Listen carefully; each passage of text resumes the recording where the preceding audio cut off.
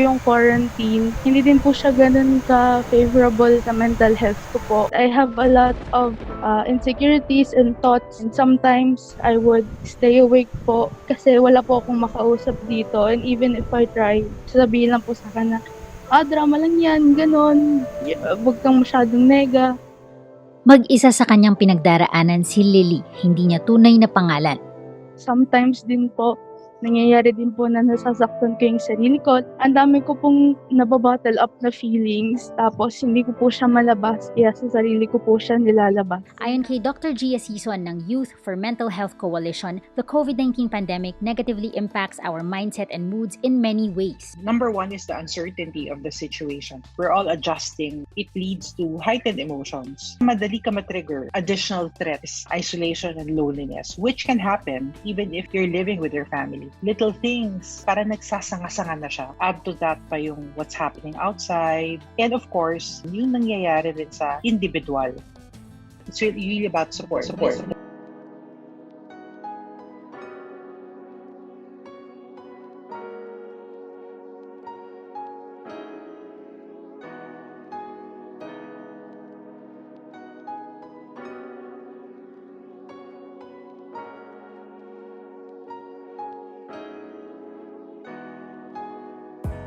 My Acacia, you enthuse me to write. How I love the way you protect and care, capturing my mind day and through the night. Crazy to think what came from just a square. Let me compare you to a living large. You are more loving, forgiving, and bright. Light clouds dull the vivid flowers of March, yet families are warm enough to light. How do I love you? Let me count the ways. I love your orderly peace and safety. Wanting your tranquility fills my days. Thus my care for you goes on the daily. Now I must reflect with a blissful heart. Remember my words whilst I make a mark. Concerns of the community. So in compiling observations, surveys, and interviews with inhabitants of the community, there are three major prevailing issues that the project sets out to tackle. The first would be concern for physical health and well-being. Next would be isolation and lack of open spaces. And last would be concern for mental health and state of mind. So in order to tackle these concerns of the community, we must first investigate the physical parameters of the site. So the site is located in Taguig City, which is the 7th most populous city here in the Philippines, with a population of 800,000 people. The specific sites are located in Acacia Estates, which is the center of Barangay Bambang.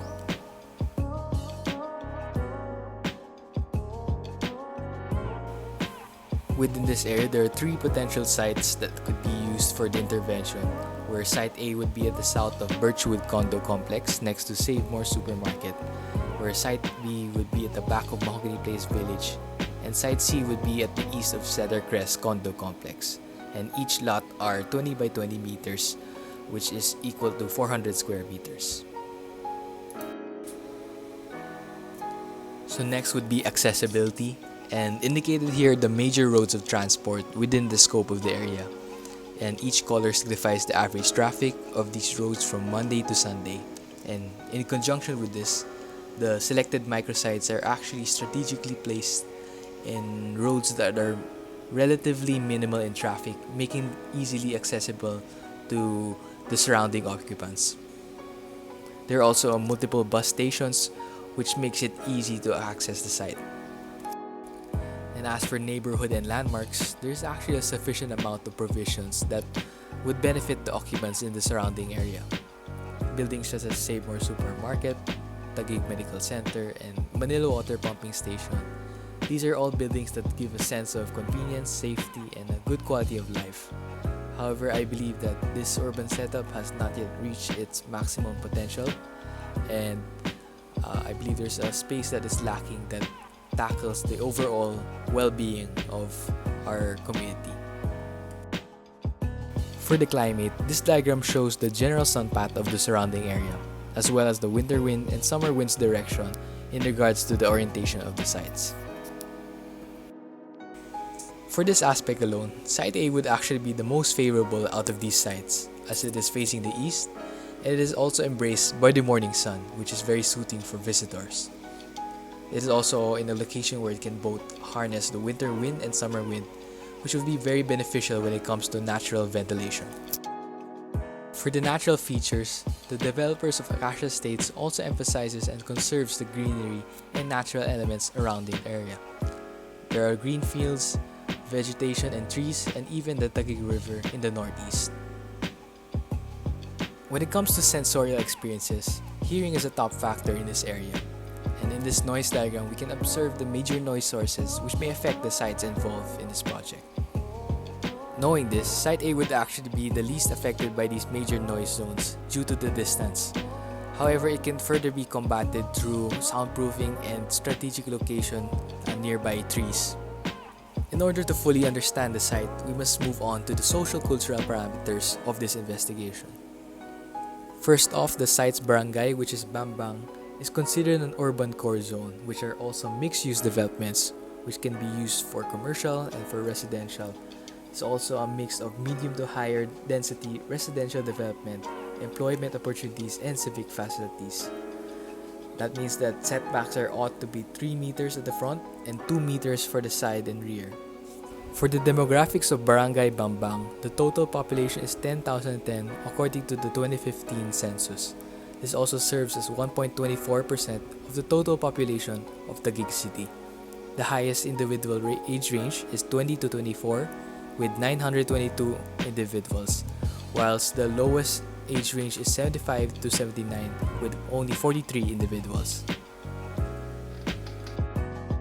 And as we enter the community of Acacia Estates, the total population is roughly around 4,800 people, including the high-rise and low-rise condominiums. It also houses a blend of both local and expat residences due to work being near BGC. But who really are the people of this community? Well, according to the online survey that we have conducted, these are the top 5 roles of individuals in this area. So 5% is lawyers, 23% is business executives, 35% is students, 29% is office workers, and 6% are doctors. So the top 3 would be the students, business executives, and office workers.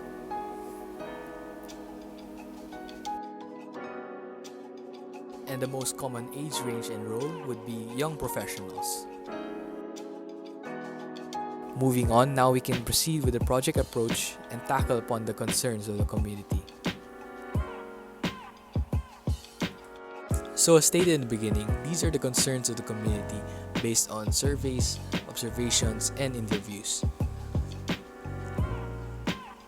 First of which would be the concern for physical health and overall well-being, especially during these uncertain times where it is quite essential to stay physically fit and physically active. However, it is quite a challenge, especially for most of us that have adapted the work at home and stay at home lifestyle. The next would be the isolation and lack of open spaces within this community.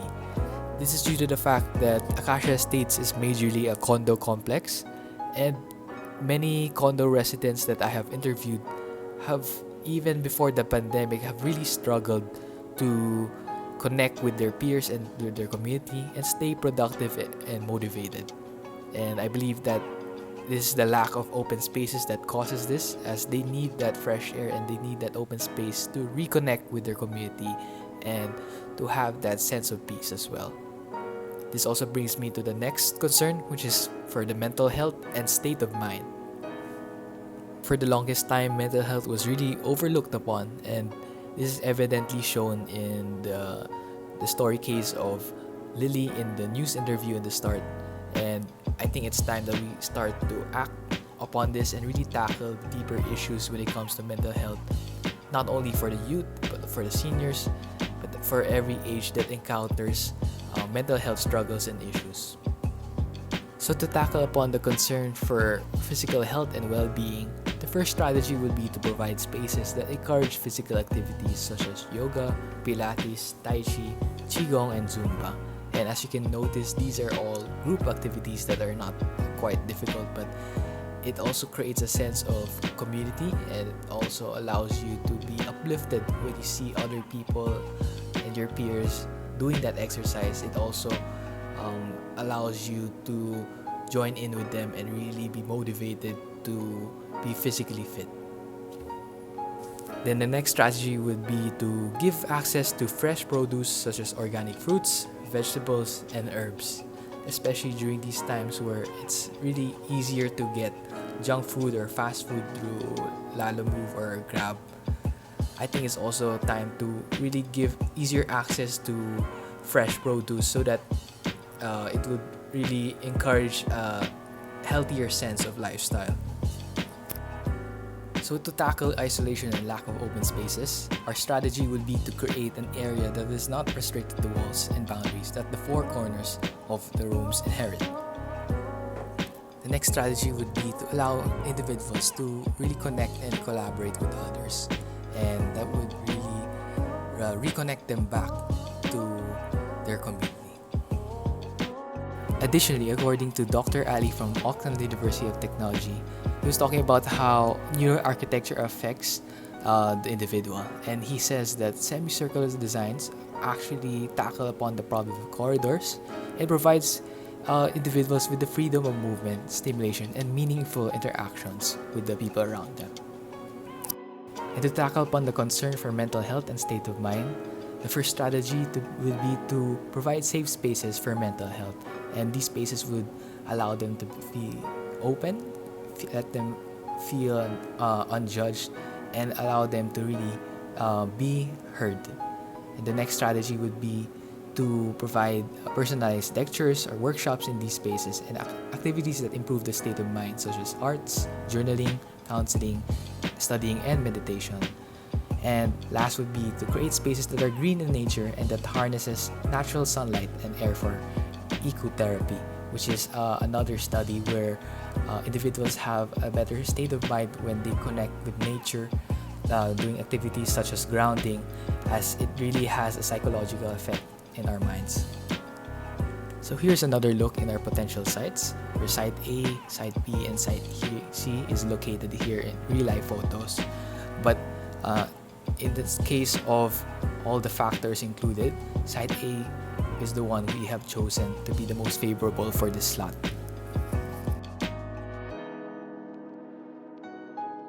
And here's the real-life photo of Site A. It is relatively flat land, which makes it easier to construct the intervention over here. And it's also next to the Casirale Events Place, which is also next to the Save More supermarket. On the right, it is also next to the condominium complex, which allows the accessibility to be very easy.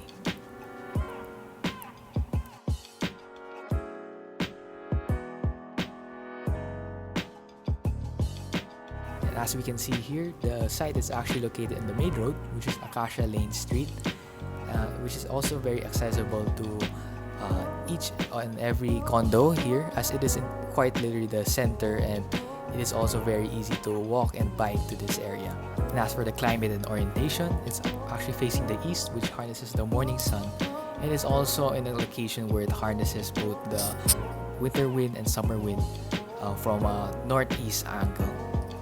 And the size of the lot is 20 by 20 meters and will be accounted for in the design processes.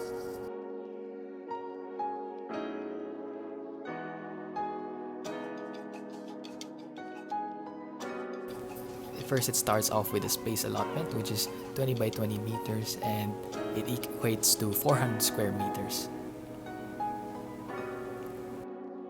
Then moving on, the setbacks are taken into account to the local ordinance and building code, whereas the front has a 3-meter setback, while the rear and sides have 2-meter setback.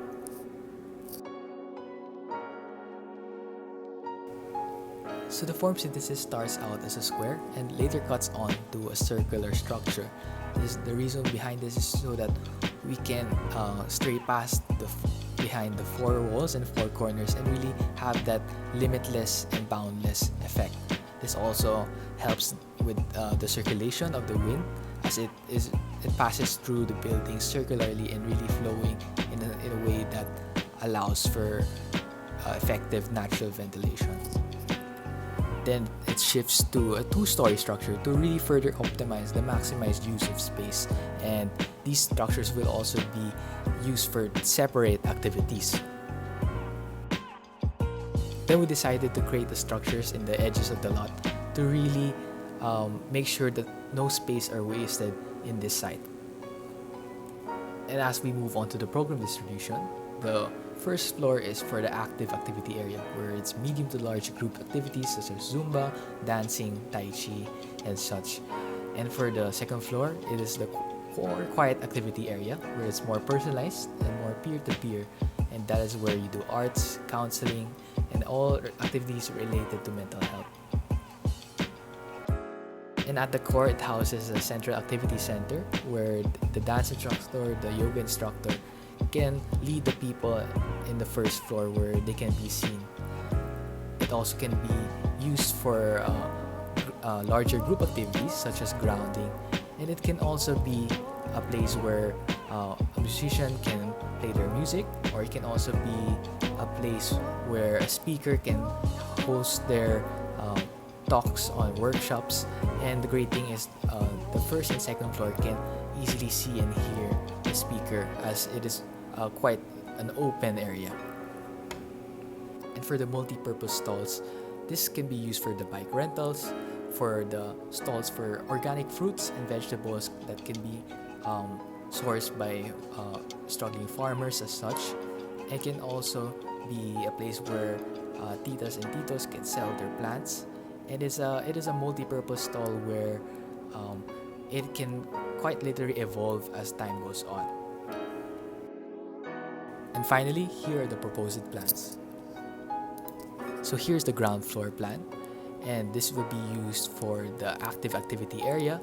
And here's the second floor plan, where there are also panels that are used for both privacy or can also be for safety. And there are also bamboo curtains that can be rolled upon if the individual wants to have a bit of privacy or some alone time. And as you can see here, we also provided stairs and also a lift that could be used for physically challenged people, so that we can be as inclusive as possible for this site.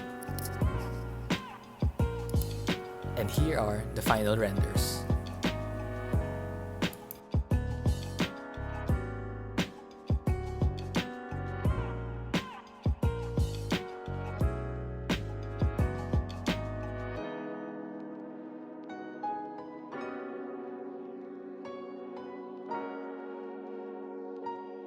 Once again, welcome to Paraiso, your urban escape.